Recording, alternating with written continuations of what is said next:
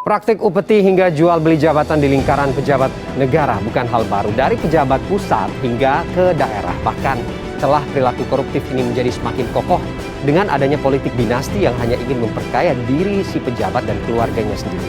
Bupati Klaten nonaktif Sri Hartini mengakui adanya tradisi yang disebut uang syukuran dalam jual beli jabatan di pemerintah Kabupaten Klaten, Jawa Tengah. Petang menangkap Bupati Bangkalan Abdul Latif Amin Imron saat diperiksa sebagai tersangka kasus jual beli jabatan di Polda Jawa Timur.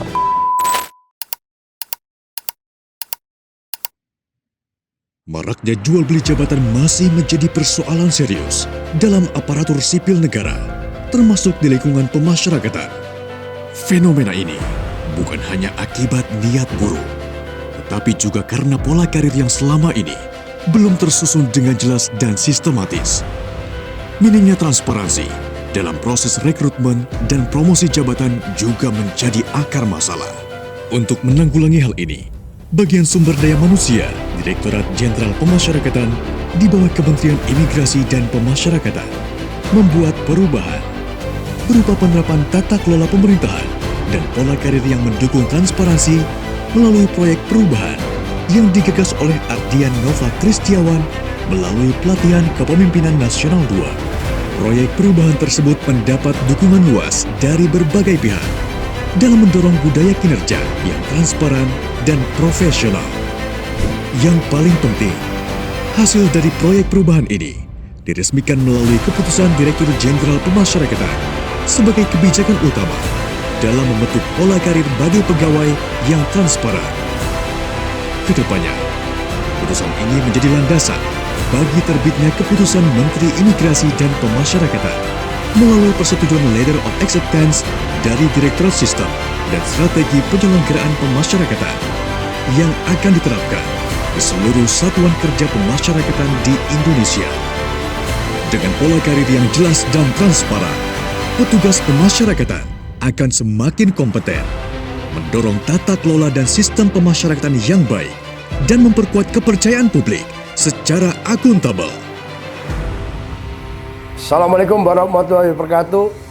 Dengan penuh semangat dan apresiasi, saya Dr. Andes Masuci, Direktur Jenderal Pemasyarakatan, menyampaikan dukungan yang sebesar-besarnya kepada Saudara Ardian Nova Kristiawan, peserta pelatihan kepemimpinan nasional tingkat 2 Angkatan 25, atas inisiatif dan komitmen dalam menyusun rancangan proyek perubahan yang visioner, inovatif, dan relevan dengan asyik-cita Presiden tentang pembangunan SDM yang berjudul Tata Kelola Pola Karir Direktorat Jenderal Pemasyarakatan mendukung pemerintah yang transparan dan akuntabel untuk mewujudkan langkah nyata dan kooperatif pemasyarakatan yang bermanfaat untuk masyarakat. Saya Muhammad Najih, Ketua Ombudsman Republik Indonesia, dengan penuh sukacita apresiasi menyampaikan dukungan yang sebesar-besarnya kepada Saudara Ardian Nova Kristiawan, peserta pelatihan kepemimpinan nasional tingkat 2 Angkatan ke-25. Nama saya Arizal Tomri Wafa, selaku anggota DPR RI Komisi 5. Saya mendukung penuh ya tentang yang kemudian dilakukan oleh Saudara Ardian Nova ya. Nilai kepemimpinan strategis dan kolaboratif adalah langkah yang nyata, pasti bermanfaat untuk masyarakat. Karena saya ini tidak hanya sekedar testimoni, ini adalah bukti nyata bahwa saya mengenal Saudara Ardian Nova ini adalah orang yang sangat luar biasa. Jadi semangat buat Saudara Ardian. Assalamualaikum warahmatullahi wabarakatuh. Dengan penuh semangat dan apresiasi, saya Raffi Ahmad, Utusan Khusus Presiden Bidang Generasi Muda dan juga Pekerja Seni.